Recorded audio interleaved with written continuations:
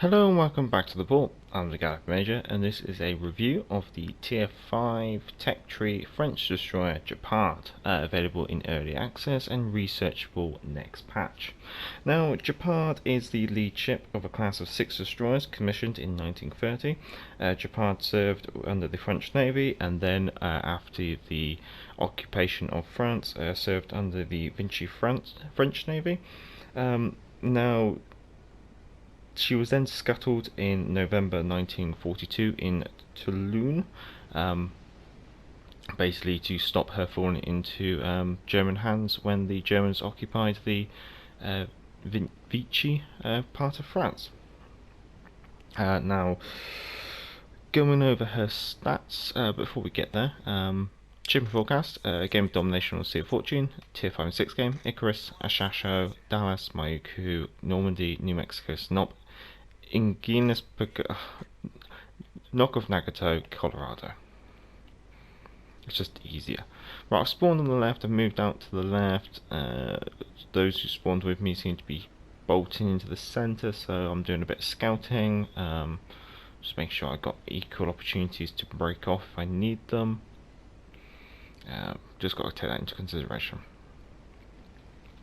So in comparison to the other Tech Tree destroyers at Tier 5, fully upgraded, survivability wise, the Guépard has the highest HP and average armour for her tier.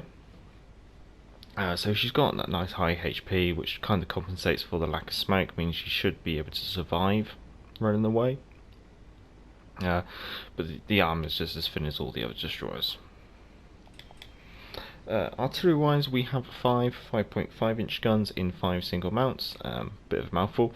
So we've got A and B turret up front, we've got X and Y turret at the rear, X turret and B turret are super firing, and then we have Q turret mounted aft midships. X, Y and Q all face rearwards, and which means you do have 3 guns facing kind of rearwards for if you need to do a tail chase combat. However, what you will notice as this game goes on is that you need to have a very broad stance to actually bring 5 guns onto target, and most of the time you're just going to have to live with only being able to get 3 or 4 guns on target depending on the acute angle. Because when you've got to bear in mind, if you go broadside on, you make yourself into a big target. I'm going to get reset. Cheeky devil. I'm even going to start switching my guns over to my left. So continuing to talk about the guns, you have the second highest caliber.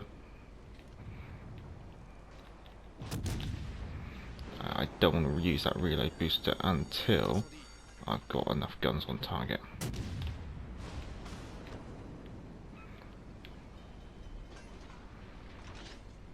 Okay, and now's that time.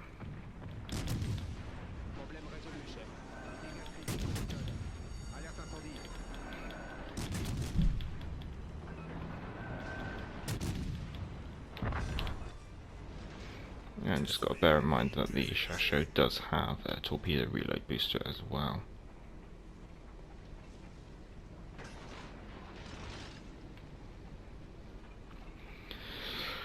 Ooh, that was a bit of a tight engagement. He managed to set a lot of fires very quickly.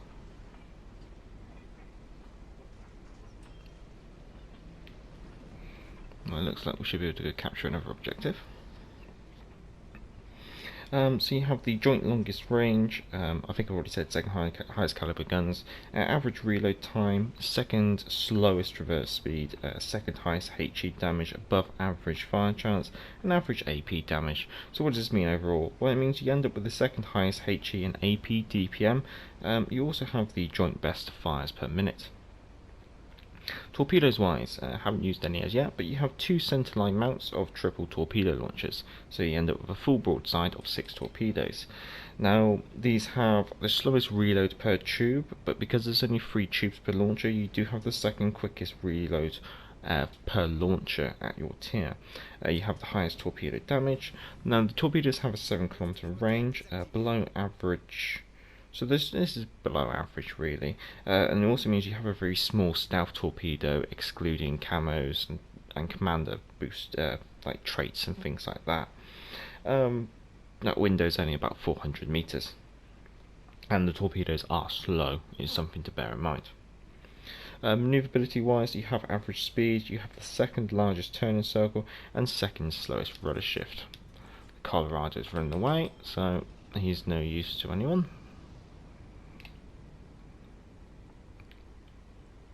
So you're just going to start moving forward. And then I think, yeah, concealment wise we're pretty average. We're literally right, like numbers wise we're smack bang in the middle. Now consumables, Guépard is the first of the French destroyers that come with that main battery reload booster. This reduces your reload time by half for 15 seconds, which means that depending when you pop it off, you will be looking at getting 4 to 5 volleys off using the reload booster, and you only get one of them. And then you've also got engine boost. Now this is a French engine boost, which improves your engine speed by 20% for 120 seconds, and then has a 180-second reload. Now this will improve your base speed from 36 knots to 43.2 knots. Now for this game, modules wise, I am using aiming systems and steering gears, but as always the modules used and the commander build will be down in the description. Now it's just got to be, it's going to be see if our ships can hold on without all dying too soon. Now I'm thinking I might sneak into the back here and have a pop at this objective, because they all seem to be chasing off after our Scharnhorst, which means they're going to be distracted for a little bit. Full health Maiku. Now fortunately, even with my buffed concealment and torpedo range, I'm not exactly able to have a massive stealth torpedo window. I've been able to increase it by a bit, but not a lot. I think I've been able to increase it. I've definitely improved the torpedo range by about 500 meters.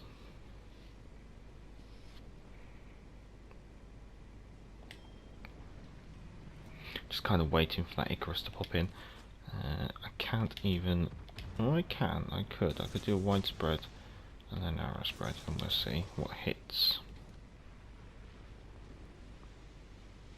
If I was the Icarus, I'd probably head to Bravo.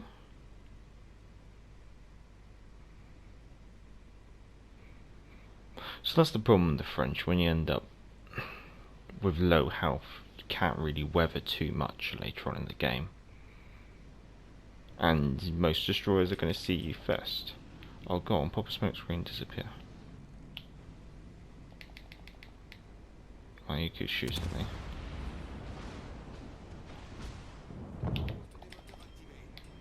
Oh, I got lucky there.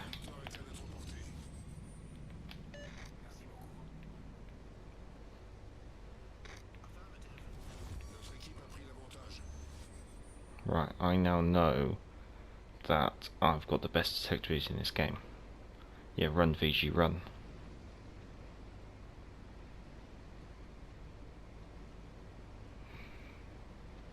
So we've managed to capture all the objectives.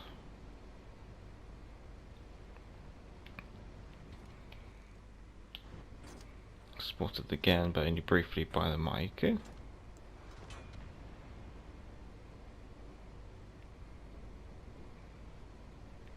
I don't want to go guns on. Ouch, there goes the Fiji. I don't want to go guns on unless it's a kill shot, because my health's so low that as soon as I shoot I'm going to be detected, and so I want to minimise who's seeing me, but I also want to minimise that if I can shoot and kill them, then that's better than me shooting and dying. And so there's going to be a good part of this game of me running from that Maiku, because the Maiku knows he needs to kill me, so I run.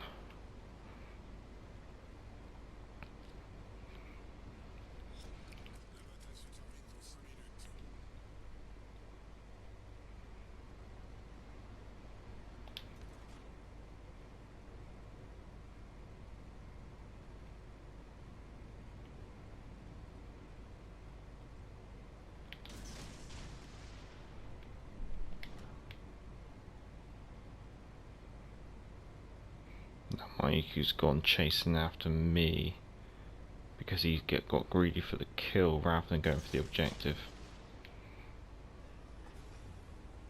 And there goes my engine boost. I pretty much got to survive.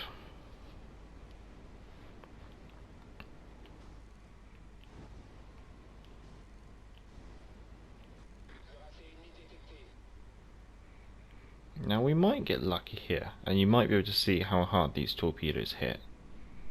So these are torpedoes, my tier 5 torpedoes, which is the same as a tier 4 almost, going up against a tier 6 cruiser. Ooh, 15,000 damage, nice.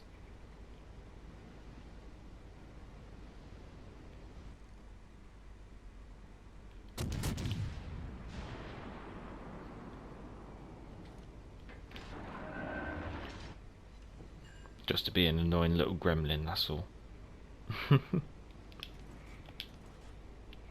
Normandy's not in range, or else I would be very tempted to pick on him.